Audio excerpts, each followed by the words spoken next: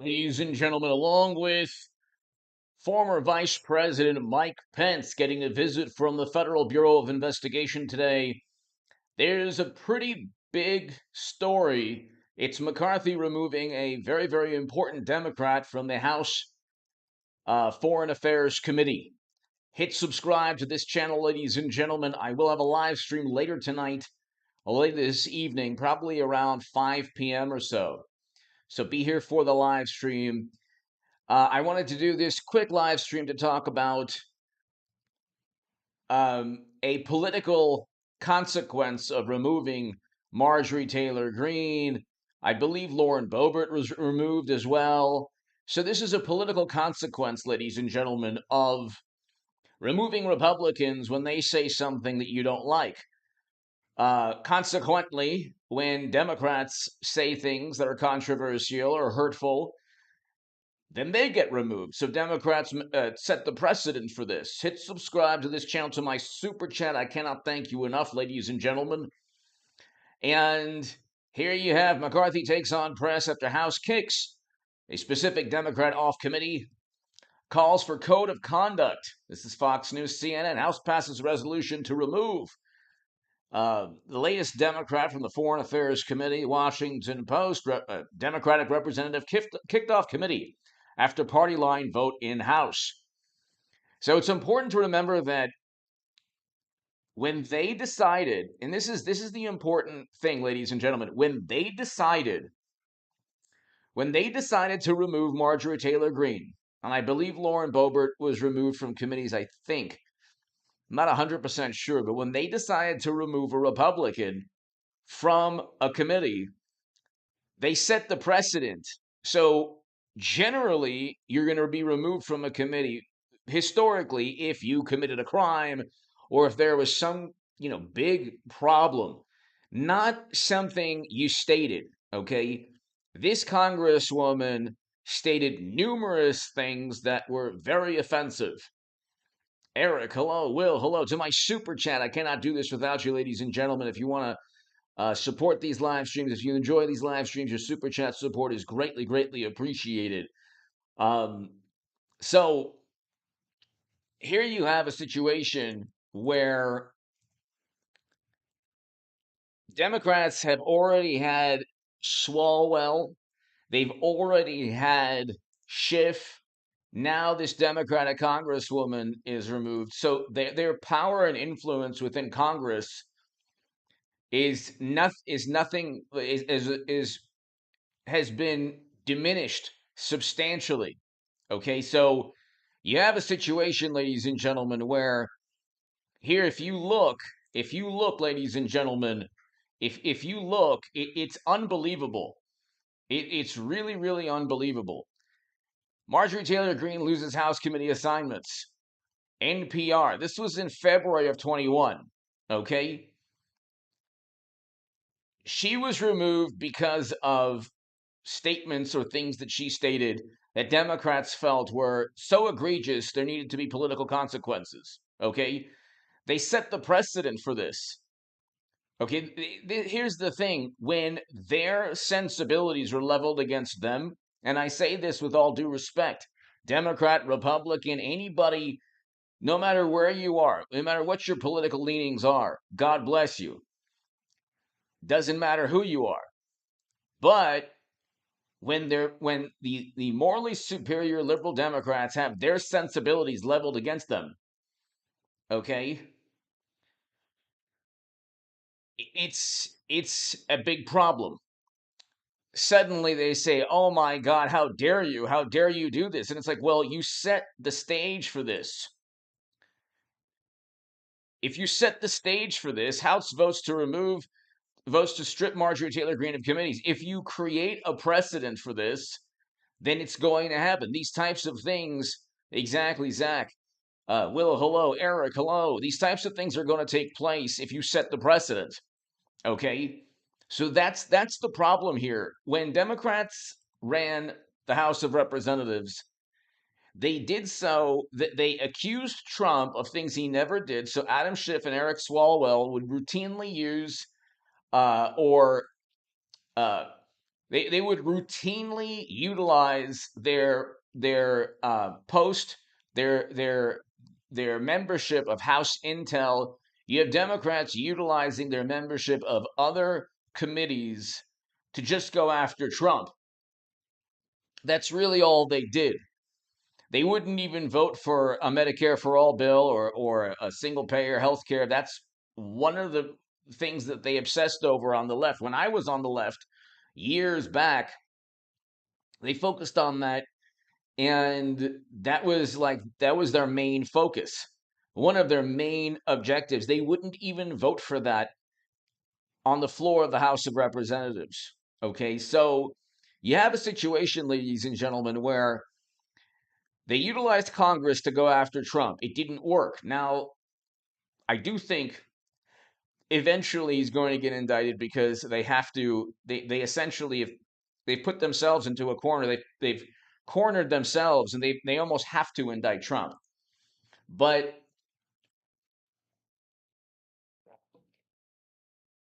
you have a situation, ladies and gentlemen, where they pretty much have to. They don't have any power anymore in the House of Representatives. So you can see they once had the power to remove Republicans. Now you have Schiff, Swalwell, and this congresswoman no longer there. Okay, so that is that's where they're at right now. Schiff, Swalwell. You can see Democrats say booting Schiff. Uh, what do they say? Hold on. Democrats say from intel committees. Let's hear. Let's read this. Yeah, it doesn't at all hurt national security. It helps national security. So Democrats say booting Schiff, Swalwell from intel committees hurts national security. No, it actually helps national security, especially with Swalwell. Swalwell was accused of having a romantic relationship with a foreign operative, and I don't think he's categorically denied that. So there you go. You have these people who routinely. This is the thing. They routinely go after Trump, and they're the ones guilty of leaking classified data. So Schiff was accused by a whole bunch of people: Ted Cruz, Jim Jordan, Matt Gaetz, um, Devin Nunes, of leaking classified data. For example, so Schiff would leak classified data, and or he would pretend that the classified data that he read points to Trump being a Kremlin operative. Okay. So that's what he would do. He would pretend to have read this important classified data, and the whole thing was nonsense. So you have a situation, ladies and gentlemen, Leon, hello. You have a situation where everything that they've done the past couple of years is coming back to haunt them. They don't have this congresswoman, they don't have Adam Schiff, and they don't have Eric Swalwell in key committees. Okay? McCarthy is doing a very good job. Okay? He's doing an excellent job. And the reason he's doing an excellent job is because of Matt Gaetz and Lauren Boebert and others. So he's really outperforming expectations. He's doing a lot more than people expected. Okay? So, I mean, he really is doing a lot more than people expected. And it's a situation where they don't have Twitter anymore. I mean, you have to look at what's taking place. I mean, this is um this is a complete paradigm shift from what we're used to. A complete and utter paradigm shift. It is completely different from what we're used to, ladies and gentlemen. They don't have the power anymore in the House of Representatives. Okay, so they don't have that power. Um, they don't have that influence. They can't really investigate Trump anymore. They're relying on a special counsel to investigate Trump, but that's not really going to pan out. I do think I think that Georgia might very well indict Trump just because it's a state you have never Trumpers running the state. You have Democrats, so you have never Trumpers and Democrats who do not want Trump in 24. So you have never Trumpers and Democrats who don't want Trump, and then you have a phone conversation that they can obsess over for 2 years prior to 24. Okay. That won't work. I don't think that'll work to really knock Trump out. He would defeat anyone within the Republican Party, including DeSantis, and I really like DeSantis. And so you have a situation where it is a complete paradigm shift. And I've been saying this for a long time. People say, well, nothing's ever going to happen. Ladies and gentlemen, it's happening. It's happening. It's like that meme. It's like that Ron Paul meme. Okay. It is happening. It's definitely happening. And you have a situation, ladies and gentlemen, where, Democrats are not happy because their ability to go after Trump and control the political narrative is pretty much non existent now. They don't have Twitter, so you can look at the things that have changed. They don't have the House Intel Committee, Adam Schiff or Eric Swalwell. This Democratic Congresswoman has been removed from the Foreign Affairs Committee. Okay, to my super chat, by the way, thank you so much. I cannot do these live streams without you, and your super chat support is greatly, greatly appreciated. They don't have um, they don't have the House of Representatives. They don't have Twitter anymore. So Twitter, for example, used to be an extension of liberal Democratic Party sensibilities. If you didn't adhere to the prevailing narrative, mainstream on anything, it could have been any topic under the sun. There would be a fabricated consensus where anyone who disagreed would be kicked off of Twitter and suspended, and it became somewhat of a social American credit score, where if you were kicked off or banned from Twitter, you were deemed too extreme for the public good. You were essentially a public enemy. And so that's one of the great rap groups of all time. But they don't have Twitter anymore. So Elon Musk has taken away Twitter. Kevin McCarthy, Matt Gaetz, Boebert, all of these Trump Republicans have taken over the House of Representatives. You have Biden's classified document scandal that is actually about repackaged classified emails that potentially summarize classified documents. Okay, so that's a big deal. And I don't think that the Democratic Party is just going to allow President Trump to go into 24 without some kind of political retribution. I mean, you'd think that they've had enough political retribution going after Trump.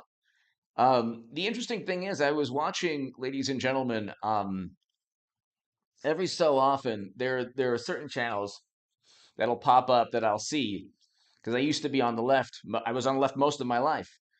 And so I'll see a channel from like a far left person, and the person will be like in their 20s, early 20s or mid 20s, and it'll be like, "Oh, I spoke to a Trump supporter." And it'll be this young person speaking to an older, probably a man in his like late 60s, a Trump supporter at some event or something, like a rally or something. And it's one of those videos where the wonderful, morally superior, young, highly educated Democrat who thinks that he's pragmatic and logical and rational is talking and trying to disparage the older Trump supporter. Okay. The comments section, and so this is just one YouTube channel that I just stumbled upon. Okay. It's not very big, but he's out, going out there trying to kind of prove that Trump supporters are mindless. In the comments section, you get this talk about a cult. Oh my God. Anyone who would vote for Trump is part of a cult, and these people just believe nonsense and they believe lies. And they don't realize that the furthest thing from a cult is supporting Trump. Okay? I wouldn't vote for Trump if he acted the way Biden did or Hillary. I wouldn't vote for Trump if he had a Lincoln Project foreign policy, okay? I wouldn't vote for Trump if he had servers, if he had a laptop from you know where he was repackaging and summarizing classified data according to the New York Post. These are serious national security issues. I wouldn't vote for Trump if he had a foundation that was taking hundreds of millions of dollars or business deals like Hunter and Joe, hundreds of millions of dollars from everyone on the planet, and forcing out a prosecutor while Eric Trump or Donald Trump Jr. or Kushner was on the board of directors of a company. So forcing out a prosecutor that would have investigated the company.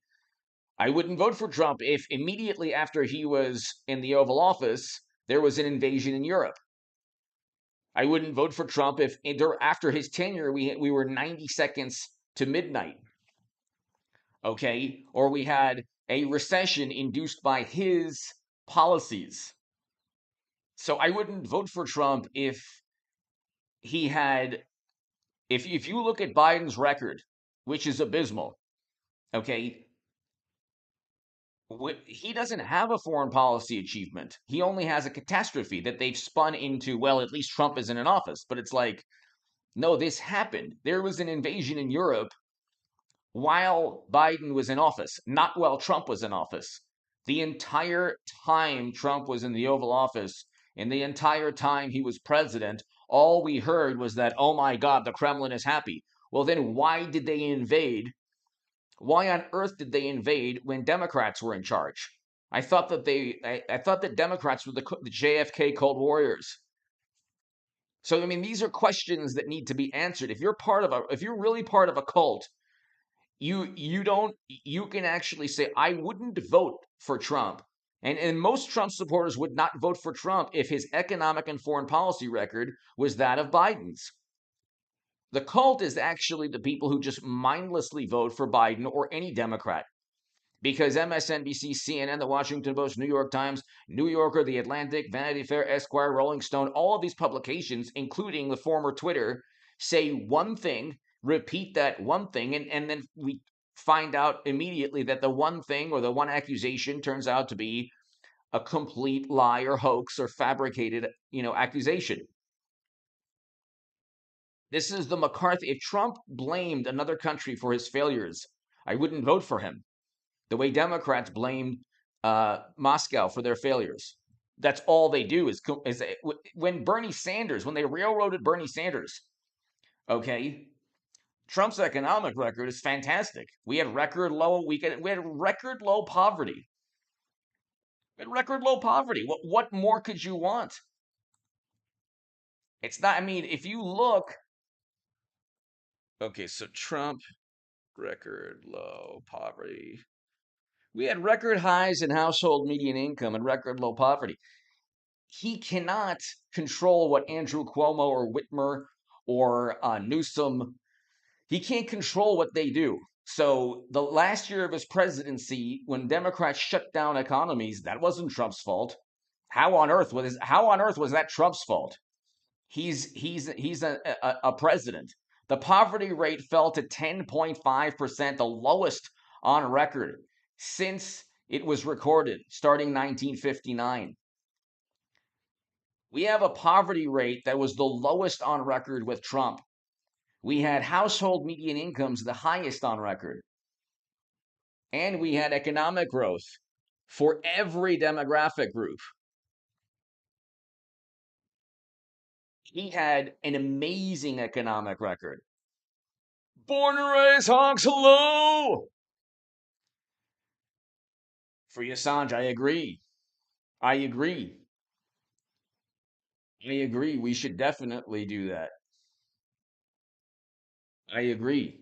We should definitely, but great point. Free Assange, thank you so very, very much.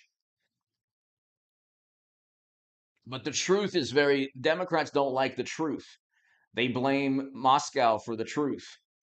And then they talk about how Trump is a demagogue and he's just such a horrible person and he appeals to base emotions. It's like, well, Democrats blame You can't, they've caused the poverty. The Democratic Party caused the poverty and inflation that we see. They shut down the economy in their states. So Democratic states shut down, didn't open up, uh, reluctantly opened up until the second year of Biden's tenure in office, reluctantly, and they didn't have to shut down their economies because it caused so many more problems than it did nothing to help anyone. It was the most apoplectic response to a serious issue. And they did that specifically to ruin Trump also, which is probably the main reason. Their entire life is ruining Trump. So, Born to Raise Hawks, thank you. Joel Valdez, hello.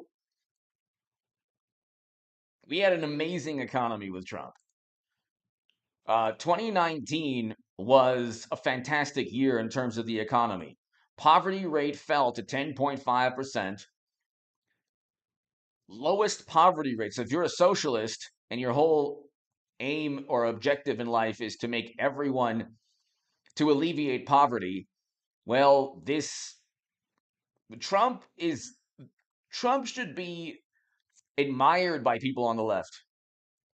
Not, it's interesting. It's interesting. Like, people on the left say, oh my God, look at the poverty and Republicans don't care. It's like people were doing better under Trump. His last year in office, you had media, Twitter, anyone who disagreed with shutting down the economy was silenced. So, Joel Valdez, Born and Raised Hogs, I agree with you 100%. We should free Assange. He was a publisher. Joel Valdez, thank you. They identify Mr. Orange booming economy as a depression and Mr. Mashed potato recession as a great economy. Exactly. Exactly. Thank you. Device suspect. Thank you. Joel Valdez. Thank you. Born to Raise Hogs. Thank you. If you look at record low poverty, see, here's the thing. If you had an invasion under Trump with a recession, so we didn't have a recession until his last year, and that was self-induced. Oh, and by the way, Nancy Pelosi made money in the market. Gee, how did that happen? Born to Raise Hogs, Joel Valdez. How did that happen? How did Pelosi make money in the market? Gee, how did that happen? But you have a situation where the poverty rate, the lowest on record, the lowest since record started in 1959. Do you realize, ladies and gentlemen, there are about how many people on this live stream? That's how many people at this point know this in America today. 320 million Americans do not know, half don't care that Trump presided over 10.5% poverty rate, the lowest on record. And they go on and say, well, it's now only 11%. It just went up a little bit. It's like, well, Columbia University said it's close to 15%. They said 14.9%, Columbia University. So they made a point. They keep on making a point. Heather, thank you. They keep on making a point stating that, well, if we don't give people stimulus, Biden cut childhood poverty. It's like, well, you caused the poverty, number one, by shutting down the economy. And yes, if you give a stimulus to people or families, momentarily certain types of poverty will be alleviated.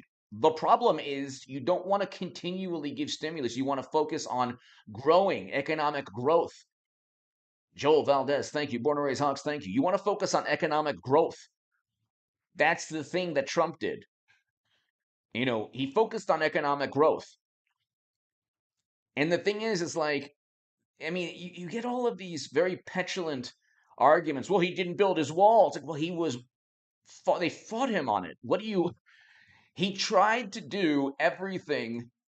He tried to do everything that he said he was going to do. Democrats promise the world and they do nothing. They promise the world and they do nothing. So Joel Valdez. I wish I lived in a world where I could identify as a millionaire and be treated like one of the bank instead of being just Joel Valdez. On a serious note, Joel, I was thinking the other day,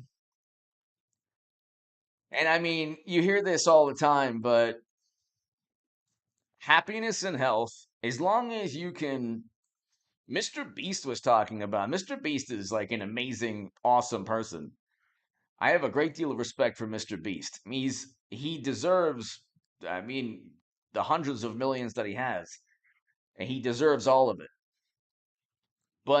And he's worked for all of it. He deserves it. But he was talking about at a certain point, if you can go ahead, you have enough money for your life, your family to be happy. You don't have to stress. It's really all about happiness and health.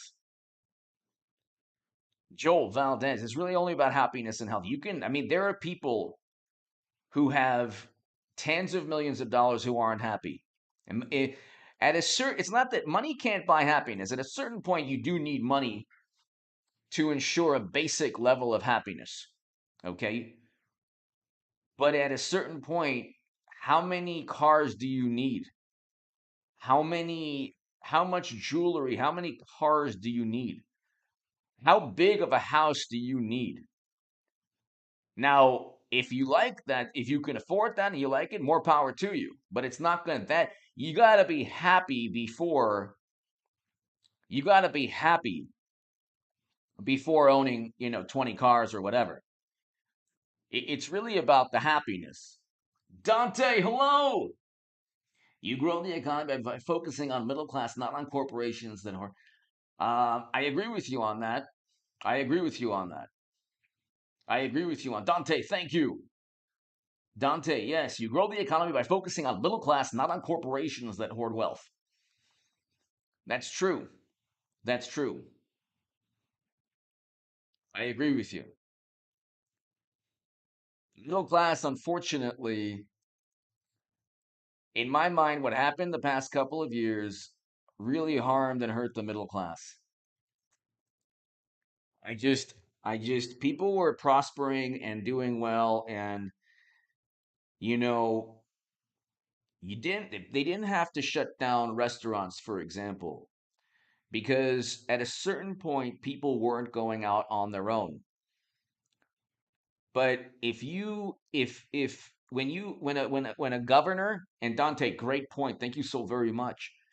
When a governor says, okay, no more business, if the governor just simply said, hey, we think you should do this, and if the climate within the state was okay, people don't want to go out, the restaurant owner would still keep a lot of staff. And that's the problem I had with the past couple of years. It was an apoplectic reaction. If you own a restaurant, you're still gonna keep staff.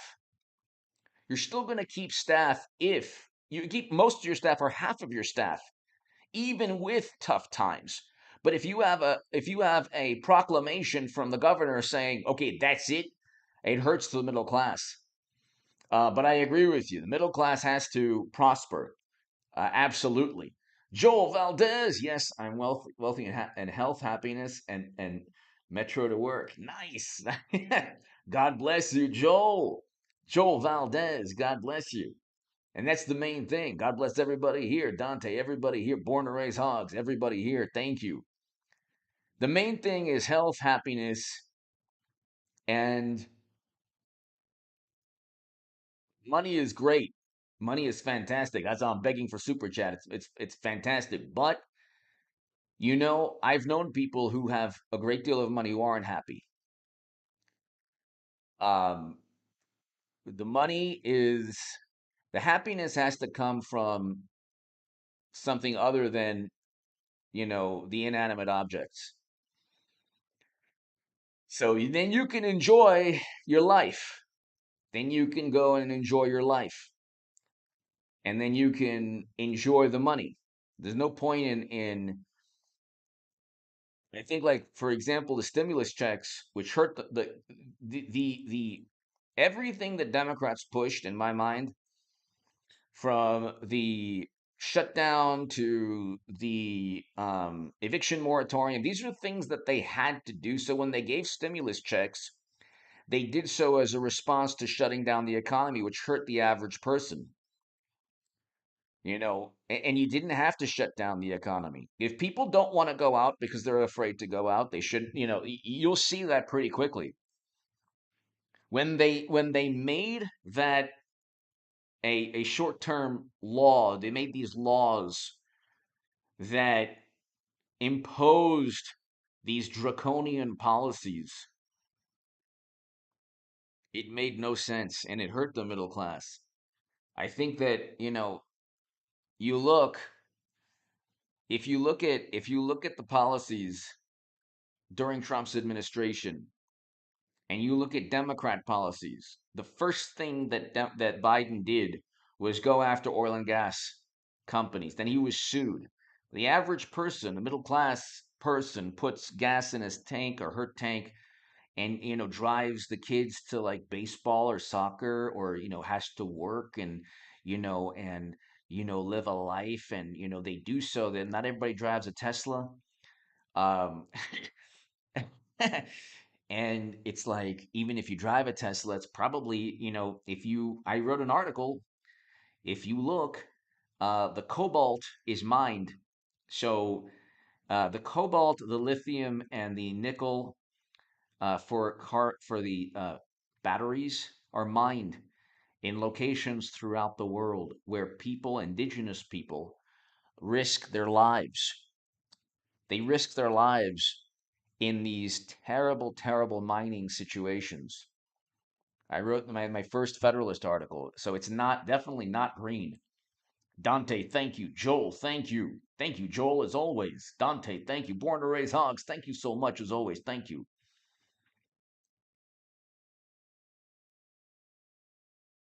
It's like, you drive an electric car. Do you know where the cobalt is coming from? And do you know that, like diamonds, the cobalt is being fought for? You know that people are losing their lives or risking their lives to mine radioactive cobalt, by the way. So it's not fun. Here, you can look.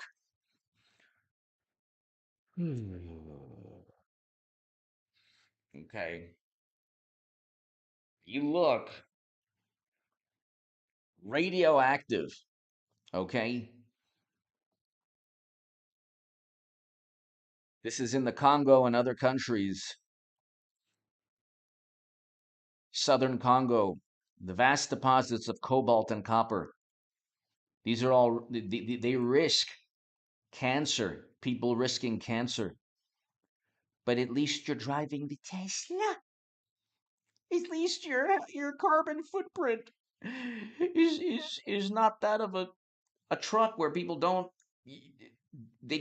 risk their lives in the same, not even close to the same manner. People say, well, the oil and gas industry. And it's like, well, no, that industry is pretty regulated as well, and you're not seeing what's taking place.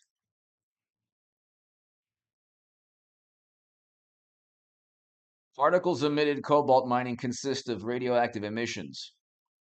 So it's a really, really, really, like, this is just like the issue with diamonds. It's not a very, this is a serious topic. Like, I don't think people really understand. Abolish the income. Joe Valdez, abolish the income tax. People take home pay increase by that amount weekly, and we decide where to spend it. The economy will boom. I agree. I think that, I know when I was on the left, I never backed lowering taxes, but I think lowering taxes is a fantastic thing. I think it is a fantastic thing, and you cut, oh, I don't know, um you don't cut the military budget from veterans, but you cut the budget for interventions, or never-ending quagmires and conflict. I mean, there's a lot of things that, when they Joel Valdez, thank you so very much, as always. Thank you, Joel. When they shut down the economy, then they spent $10 trillion in fiscal and monetary stimulus, and I wrote about this. Now we're on the brink of Amin Ra. Hello. We're on the brink of another financial collapse. I've been saying that I told everybody, I said it's going to be a terrible year, and the Nasdaq fell 30% last year. I still believe though that we're going to have that 1 or 2, 3, 4 days of just a catastrophe, unfortunately, in terms of the stock market. I do think that. I think that in terms of the stock market, you're going to have it'll be I just think it's going to be I wouldn't invest now. You know why, Joel and Dante and everybody here and Born to Raise Hogs, do you know why you should not invest? Do you want to know the number one reason you should not invest in the market at all? Okay. Do you want to know the reason? This is like the Rosetta Stone, or this is like, Jim Cramer says, like, he's like the anti Nostradamus. I haven't been right about everything, but I'm pretty spot on most of the things I've stated for the past 7 years. Pretty spot on. Um, Jim Cramer says we're in a bull market, so buy the dip. Do not buy the dip. Don't buy the dip. If Cramer says it, he's wrong about everything. I don't even think he's even been right in the past year and 2 years, three about anything. He was saying it was a bull market going into 2022, and we had a terrible, terrible, terrible market. So this is something like you should definitely like. If he's saying that, Amin Ra, thank you. H8, thanks for leaving the dark side. Amin Ra, thank you. My God. Joel Valdez. You implement a consumption tax and revenue would probably increase along with overall economic activity and would drive up employment. I agree with a lot of what you're saying. The only thing is Democrats want to continue spending. They cause the poverty with their energy policies. They cause the inflation with their energy policies. And Amin Ra, thank you so much. And then they say that well they need the money to take care of the mess that they created. So the inflation was caused initially by high energy prices. That's why when the energy prices subsided, inflation subsided a bit. It's still what 6 to 7%. Joel Valdez, great points. Thank you very much. Amin Ra. Yeah, it's. Can I tell you, Amin Ra? Thank you so much, by the way, everybody here. When I was on the left every day, the view count is now 666, by the way. Anyway, so every every day on the left is like someone is going to disparage you, someone's going to go after you. You're doing something outside that, and that's where the cult is. That's like that you're talking about a cult. It's like you have friendships that were ruined over a difference on Medicare for all, for example. They're like one person online would have a different Medicare for all plan than another person. They ain't gonna vote for it anyway. The Democrats weren't gonna vote for it anyway. So what are you arguing about? But my God, you have people going after people. It's unbelievable. Amin Ra, thank you again. It's just unbelievable. It's not fun. It's not fun. Being on the left is not fun. It's not fun. I mean, look, you see what they do. Like, for example, look what they tried to do because he's only prospered and God bless him. Jimmy Dore. I have a great deal of respect for Jimmy Dore, and there's a lot of people on the left I have respect for, but a lot of progressives. Okay, some of them who have million to 4 million subs, they're all the same. CNN. It's like CNN it's a millennial. I call them millennial CNN, but I have a lot of respect for Jimmy Dore. Okay, the man is true to his value system and he's honest and he's not part of a cult. He left the cult. So did I. But the thing is, he's still firmly on the left. I am no longer on the left. But Why did he get heat? Why did Jimmy Dore get heat from his former associates? Because he actually wanted Democrats to do what they promised. This also is a problem. You can't do that if you are on the left. You cannot go out. You cannot, first of all, not vote Democrat. You must vote Democrat. If you don't vote Democrat, it's a big problem. If I know somebody now who supports Trump and says I'm not going to vote next election, I'd be fine, no problem. I won't care. I never cared. See, this is the thing. When I was on the left too, I never tried to preach or pontificate about morality. That's the thing. It's like when I said I wasn't voting Democrat in 2016. Oh my God, it was a big problem. My writing that nobody really remembers, but could not have been published. Nothing I wrote could have been most of the things I wrote would not have been published in this day and age. In the Huffington Post, the Hill Salon, and other publications. Because I was explaining to people that, hey, if Bernie is railroaded, I'm not voting for Clinton because I don't want an invasion in Europe, for example, which happened immediately after Biden took office. So I don't want never ending military conflict. You have people on the far left who say that, but they don't really mean it because they always vote Democrat. Amin Ra, thank you so very, very much. Joel Valdez, thank you.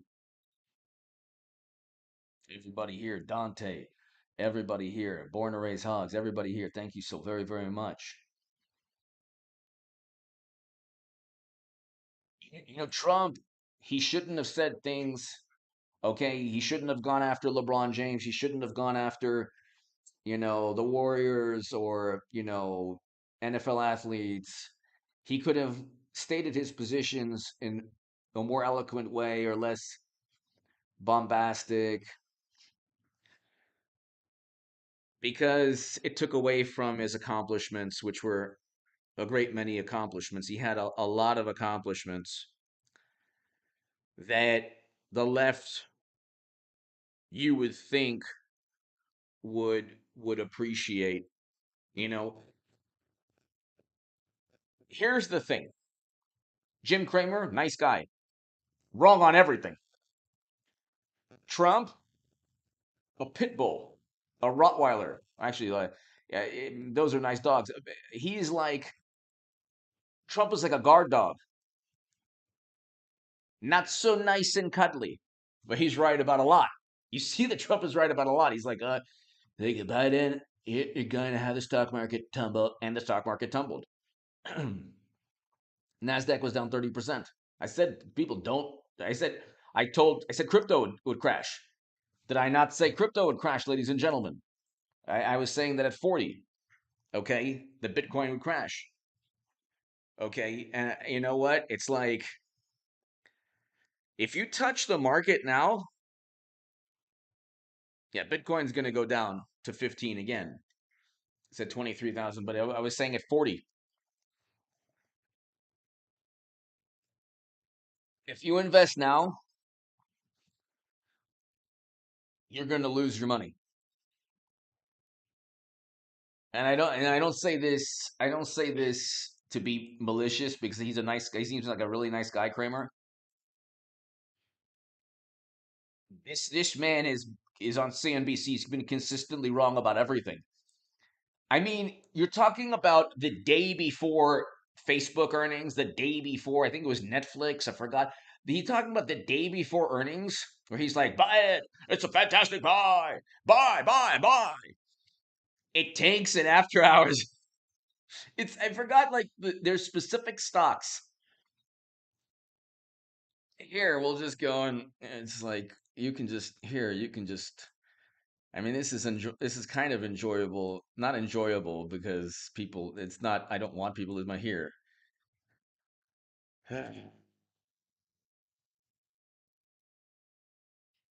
So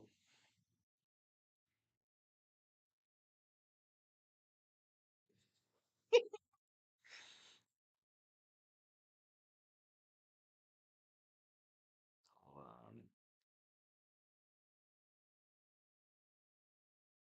CNBC's Kramer apologizes for considering I did a bad job. So here it's like this was just one.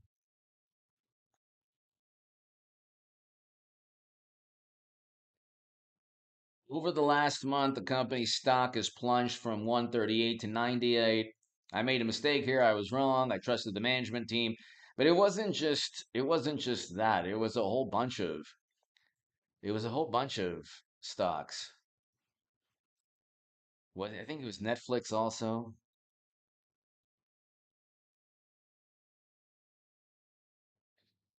Oh, here. Okay, so here, hold on one second.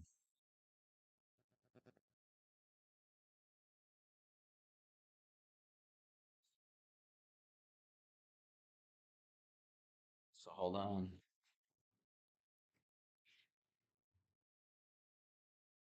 So five times Kramer was wrong. This, this is just there's actually more times, but here. He seems like a very nice person, so no disrespect. No disrespect. Um, Debbie, hello. Like, no disrespect to this gentleman because he seems like a really nice guy. But if you listen to him on stocks, you don't like your money. So here, Netflix, Best Buy, Kohl's,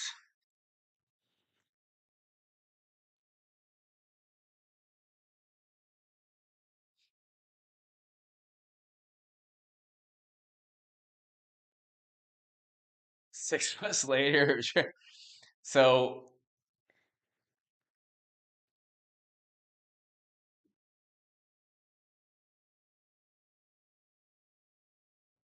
all right, hold on one second.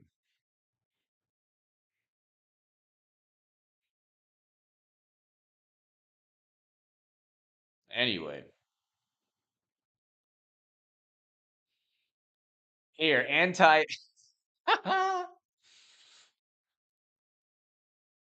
this is hilarious. New ETF plans to provide the inverse performance. I think go the opposite of what Kramer says. They're probably going to do well. That's funny. The fund that helps investors bet against Kathy Wood is taking on Jim Cramer. New ETF plans to provide the inverse performance. Ah, wow, wow, that is funny. That's funny.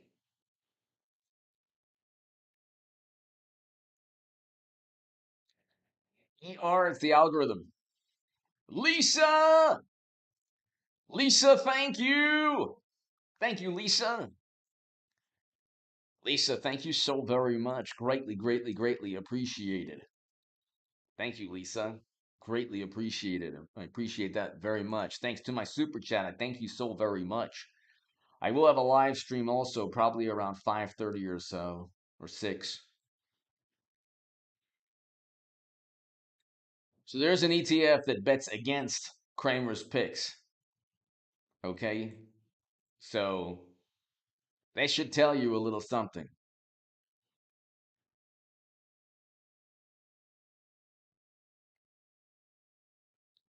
Uman Ra, thank you also. Lisa, thank you so much.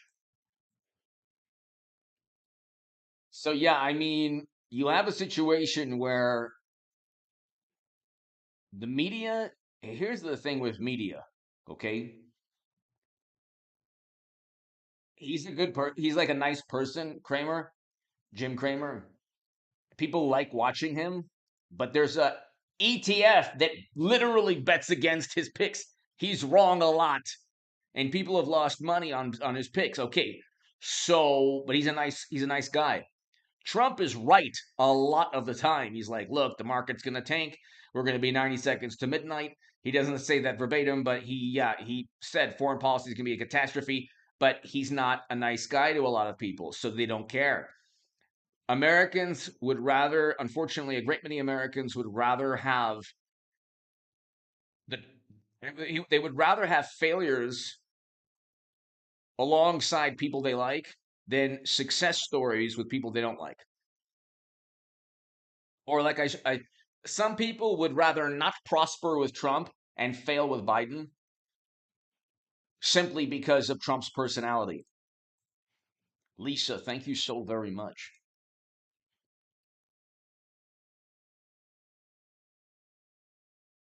Thank you so very much. Yeah, I mean, it's a situation where public relations means so much in this day and age. Public relations just means so much. And it's like, it's like,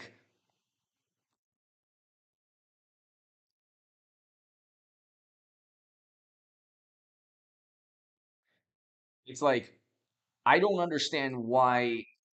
I mean, I kind of do. When you hear something for so long, you hear something so often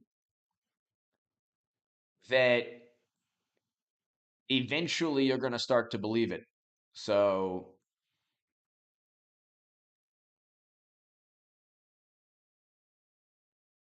eventually you'll start to believe it.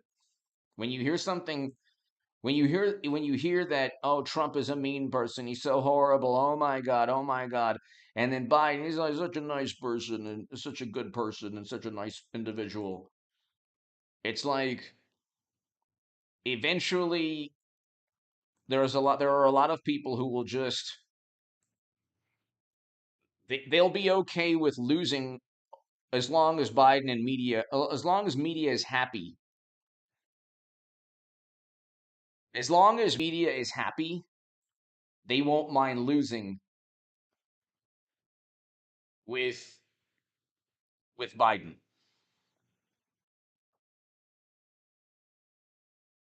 If that makes any sense, and I don't think it, you know. So, anyway, ladies and gentlemen, God bless you all. Thank you so very much. You've been wonderful. Like you've been really wonderful. People didn't get Lisa, Amon Ra, everybody here, Born and Raised Sox, everybody here, Joel, Valdez, Dante, everybody here. Thank you. Um, People didn't get notification, but Joel and everyone here, you've all been so awesome, and I just thank you for your support and for the kind words and you know just for being here during the live stream when nobody got notification. I will be back in a couple of hours for the second live stream. I'm going to try to do 2 live streams a day, people. I am going to try to grow this channel every single day. Anyway, God bless you all. See you in a couple of hours. Thanks, everybody. You're all very, very wonderful, kind, and I appreciate the super chat. Thank you very, very much. Be here in a couple of hours, people. Thanks so much, everybody.